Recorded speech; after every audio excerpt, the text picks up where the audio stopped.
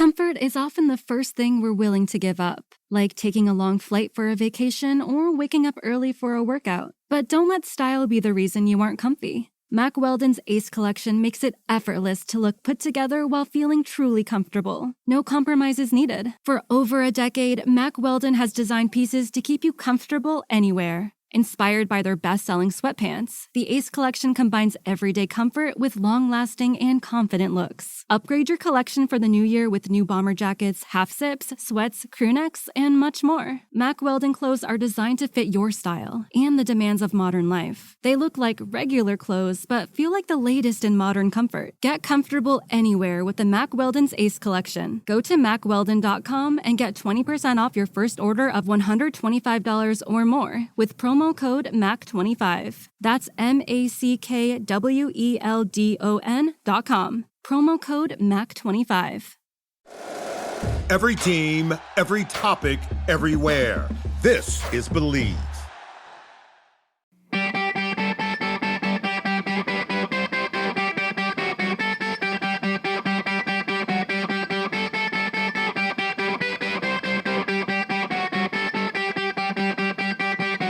Welcome to the Hockey Think Tank Short Shifts. Jeffrey J. Hulamicchio here, your pilot. Topher Christopher Ryan Scott has no idea what my topic is. We have 10 minutes on the clock if you're new to us here.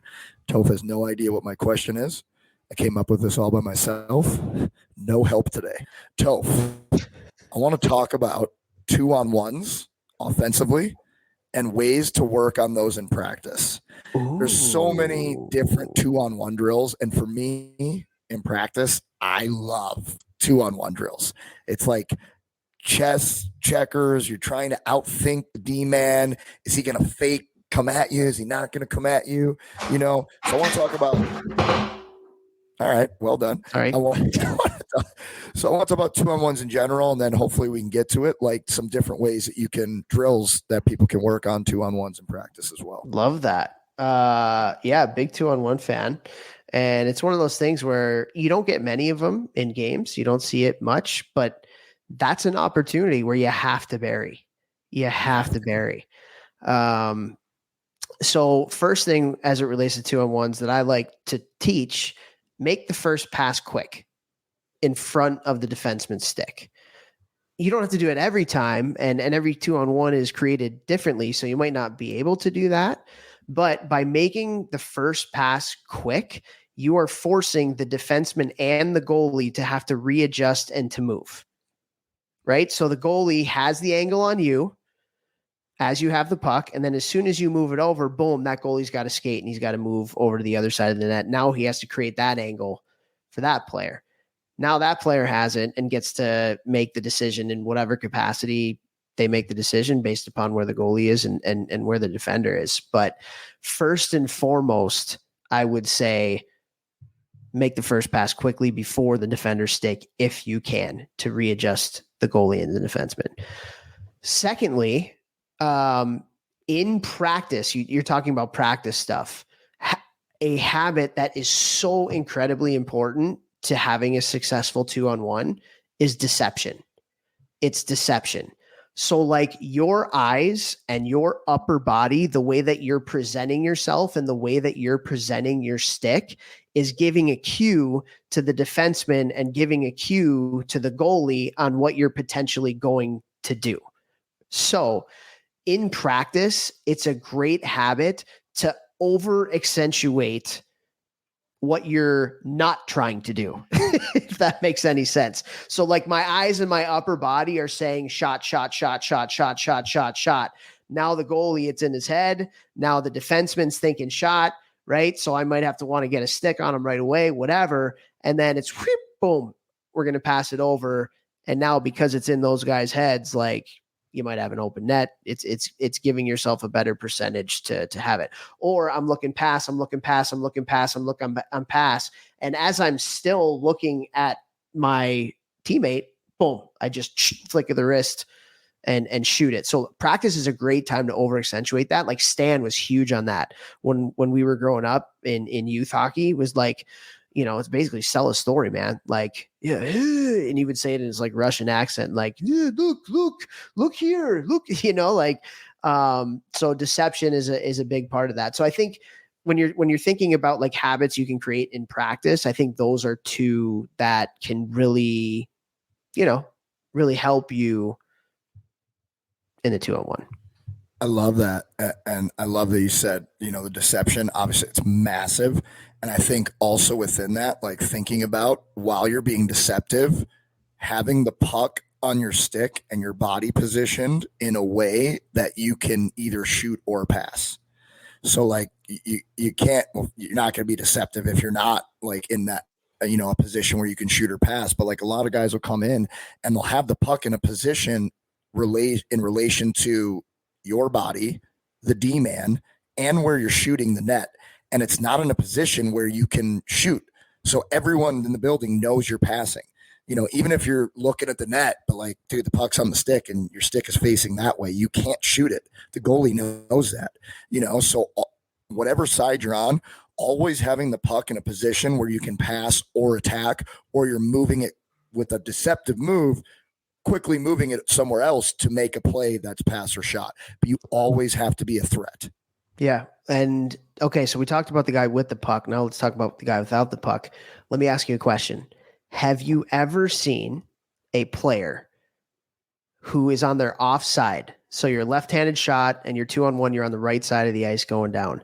Have you ever seen a player score a goal on a 2-on-1 on their offside with their backhand?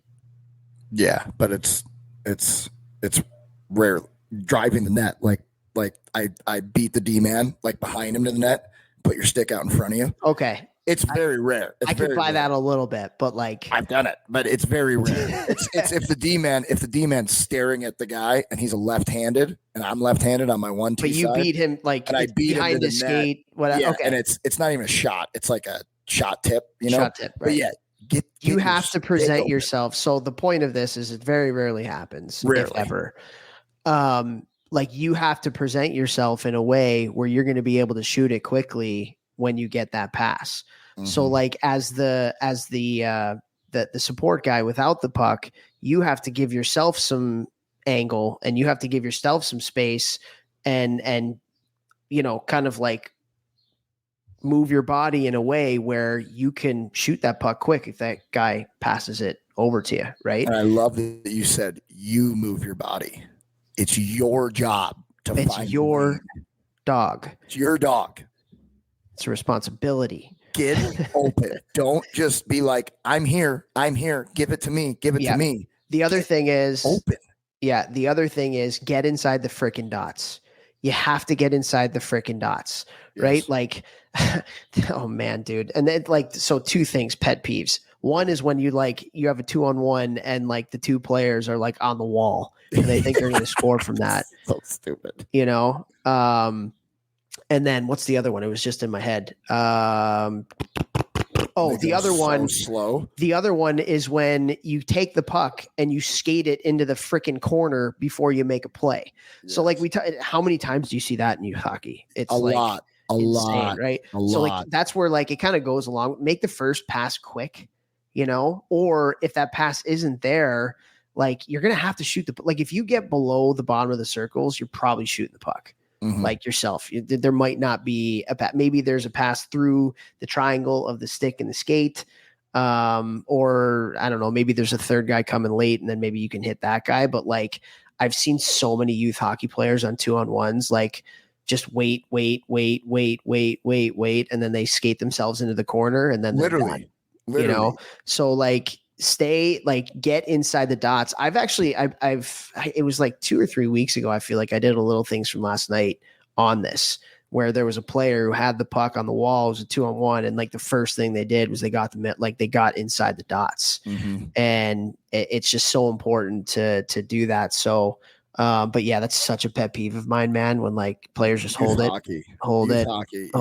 Now it's like, hey, let's start the cycle. We went from a 2-on-1 to, let's start the cycle in the corner. I don't know. Or as they're skating it to the corner / the end boards, like they'll put it on their backhand so early. Yeah. If you put it on your backhand early, any good D-man is going to push you into the corner. Like, Yeah. you got to find a way to keep it on your forehand. Again, keep your options open. Threat on the shot, threat on the pass. One more I'll add here is, guys, stop at the net. Stop at the net on a 2-on-1. Also, in practice, don't practice going super slow and setting your skates from the blue line all the way in, because if you listen to our last short shifts on tracking, there's players coming back at you at the higher levels, and they will thwart that 2-on-1, and you're a dummy for wasting it. I was just going to say that, because one of your questions was like, what are some of the things that you can do in practice? Like having a tracker or a back checker to make you have to do it at game speed is paramount, or giving them some sort of, numerical seconds. Hey, you got to score within, I don't know, 3 seconds, 4 seconds of getting past the red line, something like that. I love drills where, like, whether it's a 3-on-2, 2-on-1 or something like that, like you end the offensive side of it and then you got to freaking get your ass back, tracking. It's good for conditioning. It's good for, getting a mindset of tracking. It obviously forces the offensive players to have to, be a little bit quicker on their toes, and it's more game-like to be able to do that. So, like, adding a tracker to 2-on-1 drills, I think, is really important. And it potentially, if the tracker gets back quickly, now the D and the forward have to communicate, hey, my guy, yours guy. So it's offensively and defensively can be a huge value add. So absolutely love it. Toph slayed this one. Let's go, baby. Park. Offensive guy, over 100 points in college hockey. Not a big deal. Share the show.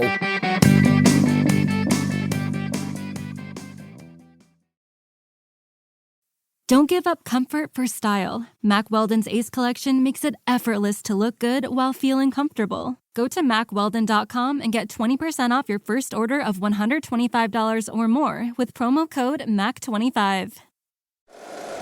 If you like the show, please take a moment to rate, review, and subscribe. It really does help the show to grow. Thank you for listening.